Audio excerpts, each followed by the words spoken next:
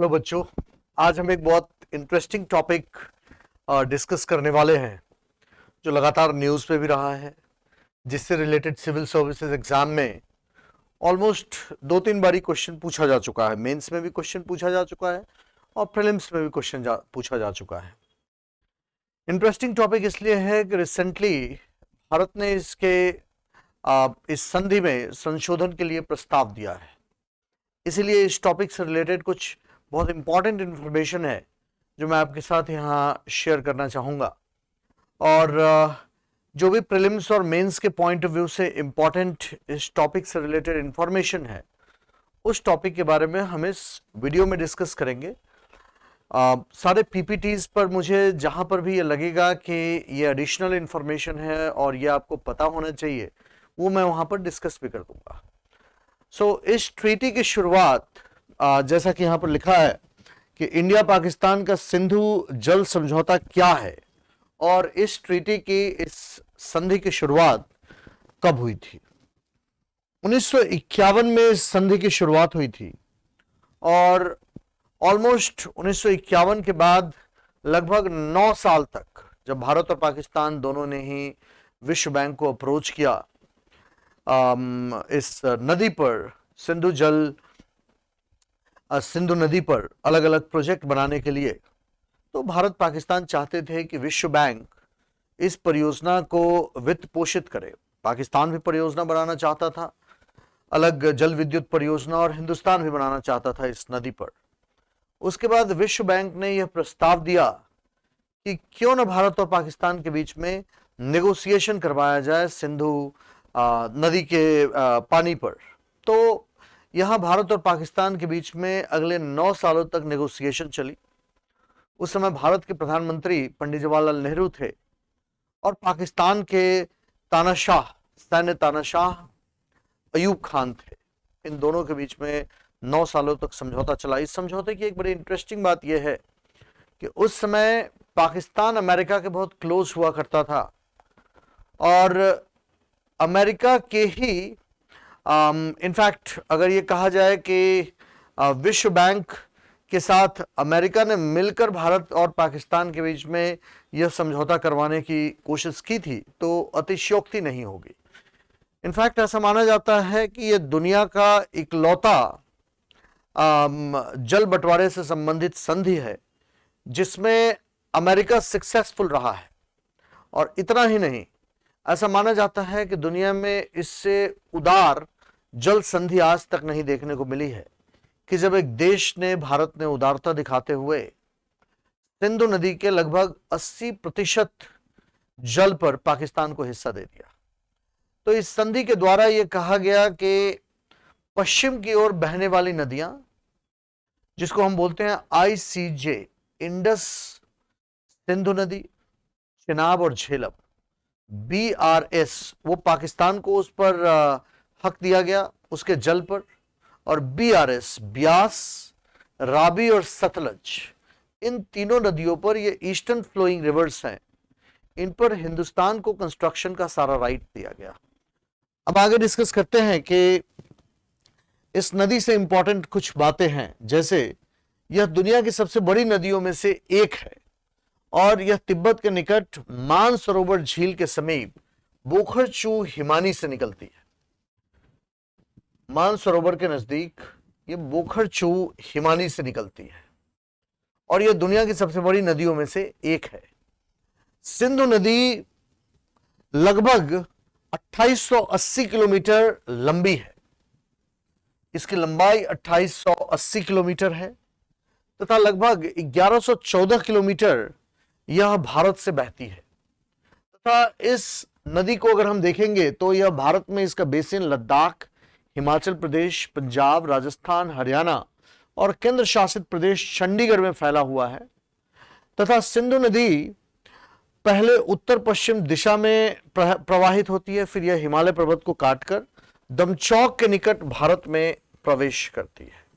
ये सब कुछ इंटरेस्टिंग फैक्ट्स हैं जो कभी प्रीलिम्स में आपसे पूछे जा सकते हैं कि सिंधु नदी भारतीय केंद्र शासित प्रदेश लद्दाख के 2 जिलों लेह एवं करगिल में प्रवाहित होने के पश्चात पाक अधिकृत कश्मीर में बहती है। इंटरेस्टिंग बात सिंधु नदी से संबंधित यह है कि सिंधु नदी में सतलज का उद्गम स्थल भी तिब्बत में ही है। ये 2009 के प्रीलिम्स का क्वेश्चन भी है। एग्जैक्टली यही क्वेश्चन पूछा हुआ है कि इसमें से कौन सी एक नदी का उद्गम स्थल भारत में है, तो भारत में नहीं है। तो सतलज का उद्गम स्थल भी तिब्बत में ही है। और मैंने आपसे कहा कि जो इंडस रिवर सिस्टम है इसमें टोटल 6 नदियां हैं। पहला मैंने आपसे कहा कि इंडस, चिनाब, झेलम, ब्यास, रावी, सतलज, ये 6 नदियां इस पूरे के पूरे सिस्टम को कॉन्स्टिट्यूट करती हैं। तो मैंने यहां पर मेंशन किया हुआ है कि सिंधु नदी का अपनी सहायक नदियां चिनाब, झेलम, सतलज, रावी और ब्यास के साथ संगम पाकिस्तान में ही होता है। और पश्चिम में सिंधु नदी की प्रमुख सहायक नदियां काबुल और कुरेम नदियां हैं। ये ध्यान में रखिएगा। ये एक बड़ा इंटरेस्टिंग फैक्ट है कि सतलज का उद्गम स्थल भी तिब्बत में ही है। आपको यह जानकर हैरानी होगी कि चीन दुनिया के सबसे पावरफुल वाटर सुपर पावर में से एक है। एशिया की लगभग 11 सबसे बड़ी नदियों में से 9 का उद्गम स्थल तिब्बत में है। तिब्बतन प्लेटू से वो निकलती है, इसलिए ऐसा कहा जाता है कि चीन एक water super power of the world है। अगर हिंदुस्तान कभी फ्यूचर में ये डिसाइड करता है कि हम सिंधु जल संधि को खारिज कर दें या मानने से मना कर दें, जैसा कि पुलवामा अटैक के बाद भारत के प्रधानमंत्री ने यह बात कही थी कि blood and water can not flow at the same time, और भारत ने उस समय पाकिस्तान को यह धमकी दी थी कि अगर पाकिस्तान की आतंकी गतिविधियां इसी तरीके से चलती रहती है और पाकिस्तान भारत के विरुद्ध आतंकी समूहों को इसी तरह से अगर सपोर्ट करता रहता है तो भारत के लिए यह आवश्यक हो जाएगा कि भारत सिंधु जल संधि को पूरी तरीके से खारिज कर दे या मानने से मना कर दे।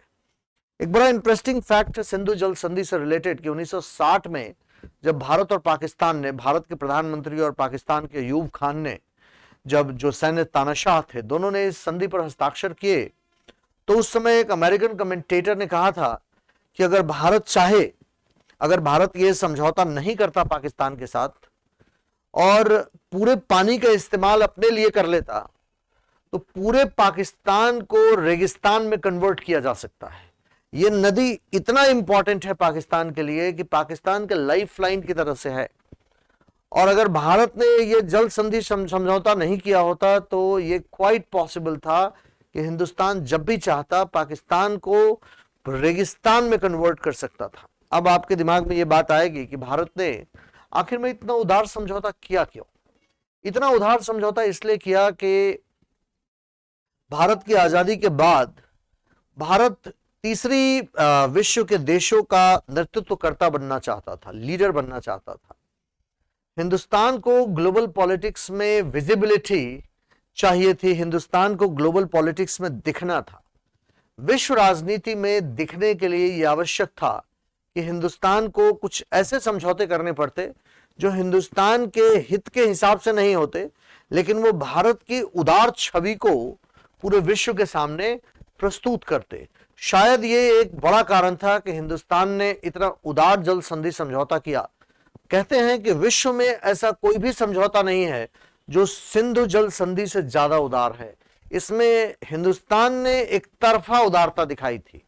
और लेकिन पहली बार पुलवामा अटैक के बाद भारत के प्रधानमंत्री ने कहा कि नदी में एक साथ जल और खून नहीं बह सकता है, इसलिए हम सिंधु जल संधि समझौते को भविष्य में खारिज भी कर सकते हैं। पाकिस्तान ने कहा कि अगर भारत ऐसा करता है so it will be taken as an act of war, इसको युद्ध की तरह से समझा जाएगा। तो यहां मैंने मेंशन किया है कि इंडस ट्रीटी भारत और पाकिस्तान के बीच में अप्रैल 160 में प्रभावी हुई थी, अप्रैल 1, 1960 में।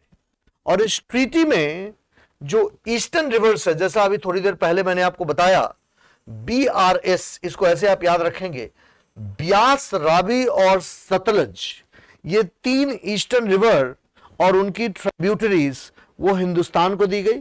और वेस्टर्न रिवर, पश्चिम की ओर बहने वाली नदियां ICJ, इंडस, चिनाब और झेलम और उनकी ट्रिब्यूटरीज वो पाकिस्तान के पास गई। जैसा मैंने आपसे कहा कि इंडस, चिनाब और झेलम ये 3 नदियां और उनके ट्राइब्यूटरीज पाकिस्तान को मिली, और BRS, ब्यास, रावी और झेलम, ये 3 नदियां ईस्टर्न फ्लोइंग रिवर्स की और इनकी ट्राइब्यूटरीज ये हिंदुस्तान को मिली। और इस संधि में यह कहा गया कि कुछ प्रोजेक्ट्स भी हिंदुस्तान बना सकता है, जैसे कि मैंने यहां पर मेंशन किया है कि India can construct storage facility on western rivers. India अगर चाहे तो पश्चिमी नदियों पर 3.6 मिलियन एकड़ फीट की स्टोरेज फैसिलिटी डेवलप कर सकता है, लेकिन हिंदुस्तान ने अब तक ऐसी कोई भी स्टोरेज फैसिलिटी डेवलप नहीं की है इस नदी पर। इनफैक्ट हिंदुस्तान को जितना पानी, जितना जल मिला है इस समझौते के द्वारा, उस जल का भी केवल 90% ही हिंदुस्तान अब तक इस्तेमाल कर पाता है। इस संधि के जरिए हिंदुस्तान को कुछ अधिकार मिले हैं, जैसे रन ऑफ द रिवर जल विद्युत परियोजना हिंदुस्तान बना सकता है। रन ऑफ द रिवर किसको कहते हैं? इसमें पानी को स्टोर नहीं किया जाता है, इसमें सिंचाई के उद्देश्य से पानी को स्टोर नहीं किया जाता है। पॉइंट नंबर 1, इसका केवल एक ऑब्जेक्टिव होता है कि पानी जब ऊंचाई से गिरता है टरबाइन पर तो वो ज्यादा बिजली उत्पन्न करता है। तो Hindustan basically run of the river hydro electricity project ही बना रहा है, लेकिन फिर भी अब तक ऐसा शायद कोई प्रोजेक्ट नहीं हुआ है इस पूरे के पूरे सिंधु नदी के जल सिस्टम पर, सिंधु नदी के सिस्टम पर, जिसमें हिंदुस्तान ने कोई प्रोजेक्ट बनाया हो और पाकिस्तान ने उस पर आपत्ति न दर्ज करवाई गई हो। ऐसा एक भी प्रोजेक्ट नहीं हुआ है। जैसे हाल के वर्षों में किशन गंगा प्रोजेक्ट और रटले प्रोजेक्ट, ये 2 ऐसे प्रोजेक्ट रहे हैं जिस पर पाकिस्तान ने लगातार हिंदुस्तान के काम में अड़ंगा भी लगाया है, हिंदुस्तान को रोकने की भी कोशिश की है, और लगातार पाकिस्तान ने इस मुद्दे को विश्व बैंक के सामने रखा है। तो मैंने यहां मेंशन किया है कि सिंधु नदी बेसिन में 6 नदियां हैं, जैसा मैंने आपसे पहले कहा, सिंधु, झेलम, चिनाब और रावी, ब्यास और सतलुज, जिसमें से अधिकांश नदियां तिब्बत से निकलती हैं और हिमालय से होते हुए पाकिस्तान में प्रवेश करती हैं और अंततः अरब सागर में गिरती है। 1947 में विभाजन की रेखा ने इस नदी प्रणाली को भी लगभग 2 भागों में बांट दिया। फिर सिंधु नदी से संबंधित एक और इंपॉर्टेंट फैक्ट है कि लगभग इस समझौते में भारत ने यह फैसला किया कि भारत पाकिस्तान द्वारा शुरुआत में इसकी पृष्ठभूमि क्या थी? इसकी पृष्ठभूमि थी कि जल के बदले पाकिस्तान भारत को कुछ भुगतान करेगा, लेकिन इस समझौते पर दोनों ही देशों को आपत्ति थी और इसकी व्याख्याओं पर दोनों देश सहमत नहीं हो सके। इसीलिए मैंने यहां लिखा है कि भारत पाकिस्तान द्वारा वार्षिक भुगतान के बदले पाकिस्तान को पानी की आपूर्ति करेगा। शुरुआत में इसके बारे में भारत और पाकिस्तान के बीच में अग्रीमेंट हुआ था, लेकिन यह एक बड़ा ही मुश्किल काम था कि वाटर का क्या फ्लो होगा, वाटर की क्या क्वांटिटी होगी, इसके बारे में किसी को कोई क्लैरिटी नहीं थी। तो अगर पैसे के बदले में पानी का भुगतान करेगा तो ऑब्वियस सी बात थी, स्पष्ट है कि थोड़े समय के बाद इस पर समस्या आनी ही थी और इसकी व्याख्या को लेकर के दोनों देशों के बीच समझौता नहीं हो पाएगा। इसीलिए अगले पॉइंट में मैंने लिखा कि विश्व बैंक के पास जब अलग अलग परियोजनाओं के लिए, इस रिवर सिस्टम की अलग अलग परियोजनाओं के लिए भारत और पाकिस्तान पहुंचे, तो भारत और पाकिस्तान दोनों ने ही विश्व बैंक से कहा कि आप हमारी परियोजनाओं को वित्त पोषित करें। उस समय विश्व बैंक ने अमेरिका के द्वारा कहने पर, यह बात हमेशा ये आपको ये फैक्ट पता होना चाहिए कि ट्रेडिशनली विश्व बैंक का प्रेसिडेंट अमेरिका से आता है और अंतर्राष्ट्रीय मुद्रा कोष का मैनेजिंग डायरेक्टर यूरोप से आता है। तो विश्व बैंक ने जब मध्यस्थता करनी शुरू की तो उसमें अमेरिका की बहुत बड़ी भूमिका थी। अमेरिका भी ये चाहता था कि सिंधु नदी के जल पर बंटवारे का समझौता दोनों देशों के बीच में हो जाए, क्योंकि उनको यह पता था शीत युद्ध के दौरान उनके लिए पाकिस्तान एक बड़ा महत्वपूर्ण सहयोगी था, और उनको यह भी पता था कि अगर ये जल संधि समझौता दोनों देशों के बीच नहीं हो पाता है तो ये क्वाइट पॉसिबल है कि फ्यूचर में भारत इस जल का इस्तेमाल करके पाकिस्तान को ब्लैकमेल भी कर सकता है। उनको यह बात पता थी, इसलिए वो यह चाहते थे कि यह समझौता जल्द से जल्द दोनों देशों के बीच में हो। तो विशेषज्ञों का ऐसा मानना है कि विश्व बैंक ने इसमें केवल मध्यस्थता की थी, लेकिन वास्तव में यह अमेरिका का एक ब्रेन चाइल्ड था। अमेरिका यह चाहता था कि हिंदुस्तान इस समझौते पर हस्ताक्षर करे, जिससे भविष्य में पाकिस्तान को ब्लैकमेल ना होना पड़े, क्योंकि पाकिस्तान उस समय अमेरिका का एक बड़ा महत्वपूर्ण सहयोगी बन चुका था और पाकिस्तान के सामरिक लोकेशन के कारण पाकिस्तान जिस जगह पर मौजूद है, जो उसकी जियोपॉलिटिकल भू राजनीतिक स्थिति है, उसके कारण या भू सामरिक स्थिति है, वह अमेरिका के लिए शीत युद्ध में बड़ा महत्वपूर्ण बन चुका था।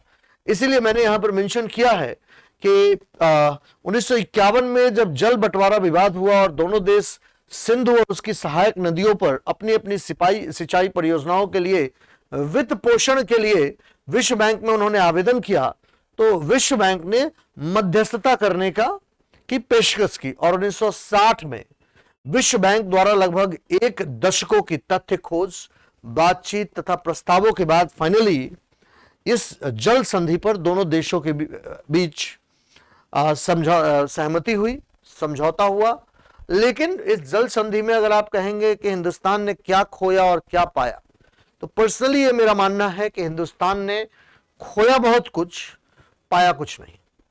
कुछ एक्सपर्ट्स ये कहते हैं, जो पुराने एक्सपर्ट हैं, उनका कहना है कि इस जल संधि समझौते के द्वारा हिंदुस्तान की एक उदार देश की छवि बनी विश्व में। अंतर्राष्ट्रीय राजनीति इस तरीके से नहीं चलती है। अंतर्राष्ट्रीय राजनीति में आपको अपने राष्ट्रीय हितों को सबसे पहले रखना होता है। अंतर्राष्ट्रीय राजनीति में आपको अपनी छवि से ज्यादा चिंता अपने राष्ट्रीय हितों की होनी है।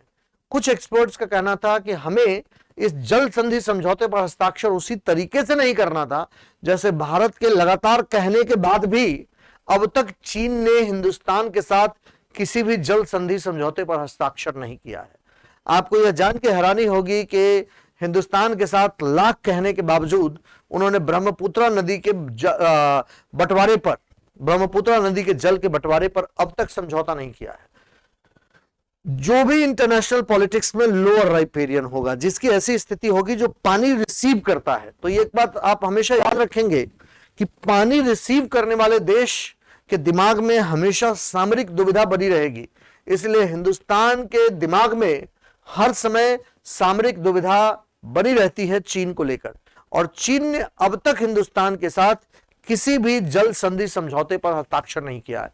इसलिए कुछ विशेषज्ञों का ऐसा मानना है, उन विशेषज्ञों का कहना है कि अगर हिंदुस्तान भी पाकिस्तान के साथ सिंधु नदी जल संधि समझौते पर हस्ताक्षर नहीं करता तो शायद हिंदुस्तान एक बहुत ही ज्यादा लाभ की स्थिति में होता।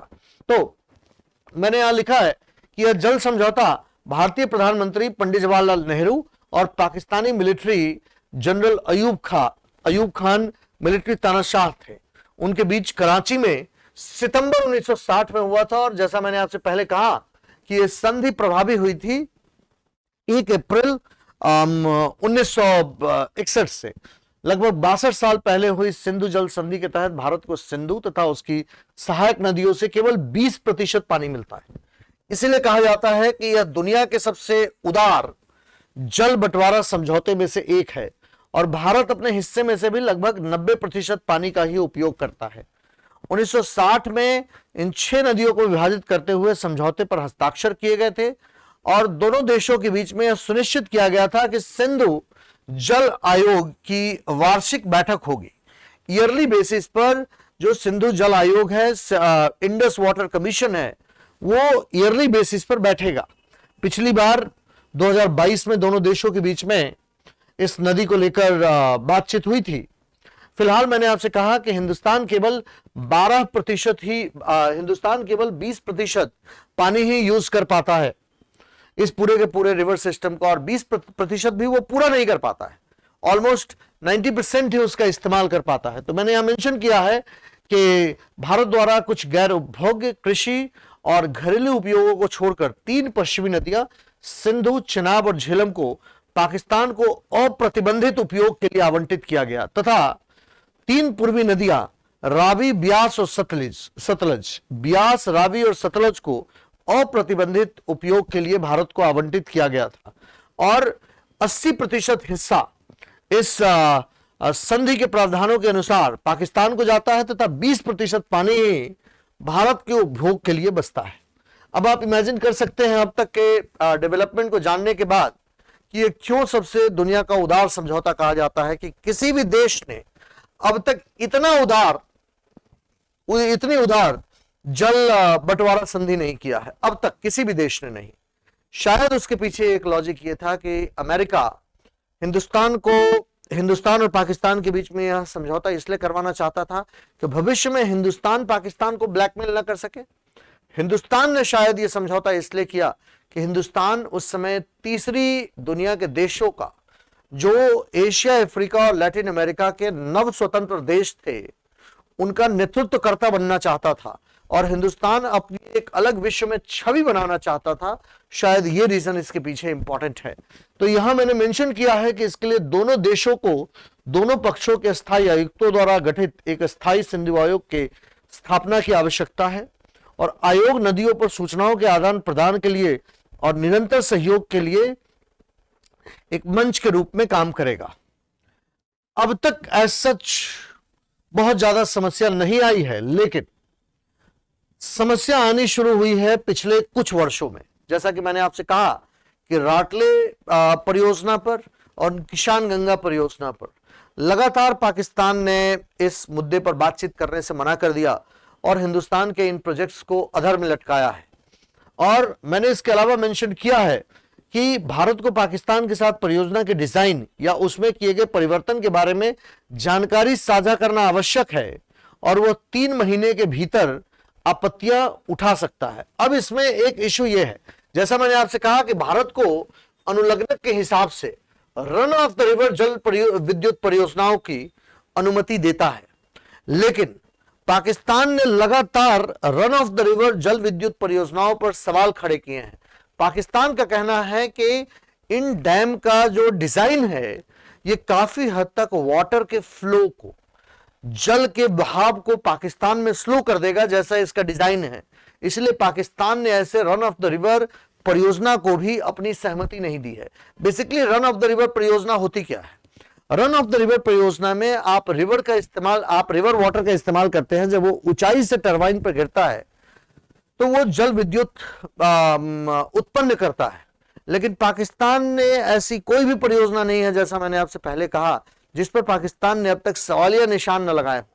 तो कई बार एक्सपर्ट से कहते हैं कि शायद उनका ऑब्जेक्टिव, उनका उद्देश्य यह होता है कि भारत कोई भी परियोजना इस रिवर सिस्टम पर न बना सके। हिंदुस्तान चाहे तो run of the river hydro electricity project बना सकता है, लेकिन लगातार पाकिस्तान यह कहता है कि हिंदुस्तान के प्रोजेक्ट का डिजाइन ऐसा होता है कि हमारे यहां आने वाले पानी के जल बहाव को वो काफी हद तक धीमा कर देगा। इसमें कोई मटेरियल एविडेंस नहीं है और कोई सच्चाई नहीं है। तो यहां पर मैंने आपको बताया हुआ है कि विवाद समाधान तंत्र कैसा है, जिसको आगे मैंने डिटेल में यहां पर आपको बताया है कि यह संधि एक 3 चरणीय विवाद समाधान तंत्र प्रदान करता है। समाधान तंत्र प्रदान करता है। पहला पॉइंट, जिसके तहत सबसे पहले दोनों पक्षों की आपत्तियों को स्थायी आयोग द्वारा हल किया जाएगा और अंतर सरकारी स्तर पर भी उठाया जा सकता है।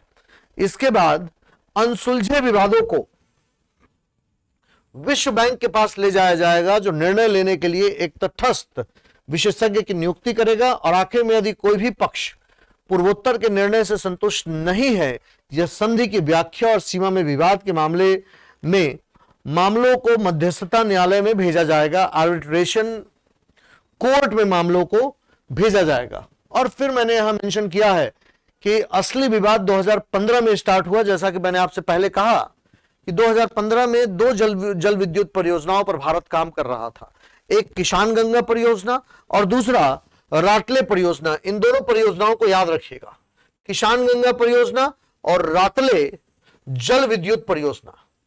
पाकिस्तान भी एक जल विद्युत परियोजना पर काम कर रहा था, जिसको पाकिस्तान ने नाम दिया है नीलम और झेलम प्रोजेक्ट।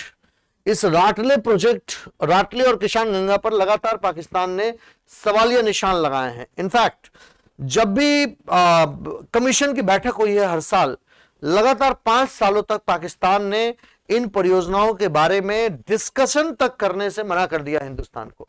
तो मैंने यहां मेंशन किया है कि 2016 में पाकिस्तान ने अनुरोध वापस ले लिया, 17 में इस प्रोजेक्ट को शुरू करने की इजाजत दी गई, 18 में भारतीय प्रधानमंत्री ने इसका उद्घाटन किया। और यह भी एक रन ऑफ द रिवर परियोजना है, यह ध्यान में रखिएगा। ये दोनों ही परियोजना, किसान गंगा और राटले जल विद्युत परियोजना, दोनों ही रन ऑफ द रिवर परियोजना है कि जिसमें वाटर के फ्लो का इस्तेमाल जल विद्युत पैदा करने के लिए किया जाएगा। तो यहां मैंने मेंशन किया है, जो प्रीलिम्स के पॉइंट ऑफ व्यू से भी बड़ा इंपॉर्टेंट ये पॉइंट हो सकता है, कि किसान गंगा झेलम की नदी की सहायक नदी है। किसान गंगा झेलम नदी की सहायक नदी है। और उसके बाद मैंने मेंशन किया है कि रन ऑफ द रिवर में बिजली कैसे बनाई जाती है, जो मैंने आपसे कहा कि पानी जब ऊंचाई से गिरता है टरबाइन पर तो उससे विद्युत का उत्पादन होता है। फिर मैंने मेंशन किया है कि इस एक तरफा पाकिस्तान की ओर से की गई एक तरफा कार्रवाई जल सिंधु के अनुच्छेद 9 का उल्लंघन है, इसलिए भारत ने इस मुद्दे को तटस्थ विशेषज्ञ के पास भेजने का अनुरोध किया। 2017 से लेकर 22 तक पाकिस्तान ने, आप सोचिए, इस मुद्दे पर कोई भी बातचीत करने से मना कर दिया और पाकिस्तान की ओर से सिंधु जल संधि के प्रावधानों के लगातार उल्लंघन ने भारत को, पाकिस्तान को यह नोटिस जारी करने के लिए मजबूर कर दिया कि अगर पाकिस्तान कोई फैसला नहीं लेता है, इस मुद्दे के बारे में कोई डिस्कशन नहीं करता है, तो हमें मजबूर होकर इस जल संधि में संशोधन करना पड़ेगा। तो मैंने यहां मेंशन किया है कि परियोजना को, पाकिस्तान का कहना है कि परियोजना को डिजाइन ही गलत तरीके से किया गया है, जिससे पाकिस्तान में जाने वाले वाटर का फ्लो प्रभावित होगा। हालांकि इसमें रत्ती भर भी सच्चाई नहीं है। रीजन यह है कि पाकिस्तान भी एक प्रोजेक्ट बना रहा है जिसको नीलम झेलम कहते हैं, और पाकिस्तान को ऐसा लग रहा है कि हिंदुस्तान के प्रोजेक्ट बनाने की वजह से हो सकता है कि उसके पास आने वाले वाटर का फ्लो कम हो जाए, जिससे उसका प्रोजेक्ट सक्सेसफुल ना हो। समझ रहे मेरी बात, मैं क्या बताने की कोशिश कर रहा हूं। पाकिस्तान को ऐसा लगता है कि हिंदुस्तान एक प्रोजेक्ट बना रहा है, पाकिस्तान में नीलम झेलम प्रोजेक्ट बना रहा है, तो पाकिस्तान को ऐसा लगता है कहीं वाटर का फ्लो कम ना हो जाए। लेकिन हिंदुस्तान ने उनको वाटर से रिलेटेड हर डेटा देने के लिए ऑलरेडी स्वीकार कर लिया है, उसके बाद भी पाकिस्तान इन प्रोजेक्ट को स्वीकार नहीं कर रहा है। तो मैंने यहां मेंशन किया है कि 2017 से 22 तक स्थायी सिंधु जल आयोग की 5 बैठकों में पाकिस्तान ने इस मुद्दे पर चर्चा करने से मना कर दिया, किसान गंगा और राटले जैसे प्रोजेक्ट पर, और इन आपत्तियों को एक तरफा तौर पर मध्यस्थता अदालत में ले जाने का प्रस्ताव किया। विश्व बैंक ने भारत और पाकिस्तान के बीच असहमति और मतभेदों को देखते हुए किसान गंगा और राटले जल विद्युत संयंत्रों के संबंध में एक तटस्थ विशेषज्ञ और मध्यस्थता अदालत का अध्यक्ष नियुक्त किया है।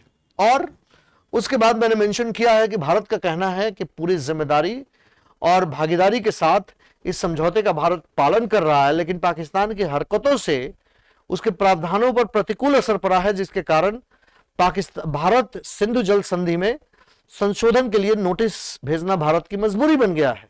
पाकिस्तान के पास 90 दिनों का समय है। अगर ऐसे किसी भी संशोधन के लिए नोटिस भेजा जाता है तो आपके पास 90 दिनों का समय होता है, जिसमें आप ये डिसाइड करते हैं कि इस मामले का आप निपटारा करें या फिर इस समझौते में संशोधन करें। तो अभी पाकिस्तान के सामने अलग तरह की चुनौतियां आ गई हैं। फिर मैंने यहां एक बड़ा इंटरेस्टिंग फैक्ट आपको बताया है कि किसान गंगा प्रोजेक्ट की शुरुआत तो 2016 में हुई थी, और जिसको 2007 में हुई थी, जिसको 2016 में ही कंप्लीट कर लिया जाना था। और यह किसान गंगा ये झेलम, किसान गंगा एक डिस्ट्रीब्यूटरी है झेलम की बांदीपुरा जम्मू एंड कश्मीर में। लगभग 1 साल के बाद पाकिस्तान ने नीलम और झेलम प्रोजेक्ट स्टार्ट किया है, नीलम और झेलम प्रोजेक्ट। और पाकिस्तान का कहना है कि हमारे यहां आने वाले पानी का फ्लो काफी कम हो जाएगा। तो मैंने यहां पर मेंशन किया है कि इस पनबिजली परियोजना का निर्माण 2007 में शुरू हुआ। ये एक रन ऑफ द रिवर परियोजना है, जैसा मैंने आपको पहले बताया, और ये 330 मेगावाट की एक परियोजना है। और पाकिस्तान ने कहा कि यह किशन गंगा नदी, पाकिस्तान में नीलम नदी कहा जाता है, कि प्रवाह को प्रभावित करेगा। इसलिए पाकिस्तान ने कहा कि नीलम और झेलम प्रोजेक्ट, जिसके बारे में जो पाकिस्तान बनाने की कोशिश कर रहा है, अगर ये किसान गंगा प्रोजेक्ट बनता है तो जो किसान गंगा नदी पाकिस्तान में नीलम नदी कहा जाता है, यह नीलम और झेलम जो पाकिस्तान की जल विद्युत परियोजना है, उस जल विद्युत परियोजना के पर पहुंचने वाले पानी के प्रवाह को प्रभावित करेगा। तो ये रहा इंडस रिवर ट्रीटी से रिलेटेड सारे इंफॉर्मेशन।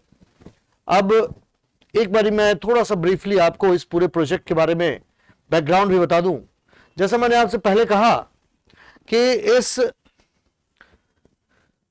संधि के बारे में बातचीत सबसे पहले 1951 में शुरू हुई। 51 में क्यों शुरू हुई? क्योंकि 51 में भारत और पाकिस्तान के बीच में यह अग्रीमेंट था कि पाकिस्तान वाटर के बदले, जल के बदले भारत को कुछ भुगतान करेगा।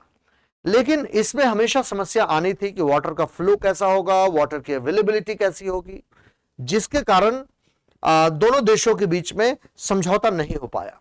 पैसे को लेकर जल लेने के मुद्दे पर समझौता नहीं हो पाया। उसके बाद दोनों ही देश इस पूरे इंडस रिवर सिस्टम पर अलग अलग प्रोजेक्ट बनाना चाहते थे, जिसके वित्त पोषण के लिए वह विश्व बैंक के पास पहुंचे और विश्व बैंक ने उसके बाद इस प्रोजेक्ट में मध्यस्थता शुरू की। जैसा मैंने आपसे कहा कि विश्व बैंक ने इस प्रोजेक्ट पर, इस पूरे रिवर सिस्टम में मध्यस्थता अमेरिका के कहने पर शुरू किया।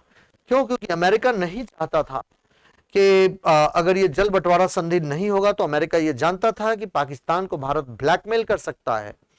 तो अमेरिका के इनिशिएटिव पर, अमेरिका की पहल पर विश्व बैंक ने इस परियोजना की मध्यस्थता शुरू की और 1960 में फाइनली इस संधि पर हस्ताक्षर हुआ पंडित जवाहरलाल नेहरू, जैसा कि मैंने आपसे कहा, और पाकिस्तान के आर्मी जनरल अयूब खान के बीच, जिसके तहत भारत को लगभग, मैंने आपसे कहा कि भारत को जितने भी पूरब की ओर बहने वाली नदियां हैं, ईस्टर्न फ्लोइंग रिवर्स हैं इस पूरे के पूरे प्रोजेक्ट में, वो ईस्टर्न फ्लोइंग रिवर्स पर भारत को कंट्रोल मिला, जिसको हम बोलते हैं ब्यास, रावी और सतलज, जिसको शॉर्ट फॉर्म में मैंने आपसे कहा BRS। उसके बाद मैंने आपसे ये कहा कि इस पूरे के पूरे प्रोजेक्ट में पाकिस्तान को वेस्टर्न फ्लोइंग रिवर्स का कंट्रोल मिला, जिसको हम बोलते हैं शॉर्ट फॉर्म में ICJ, इंडस, चिनाब और झेलम।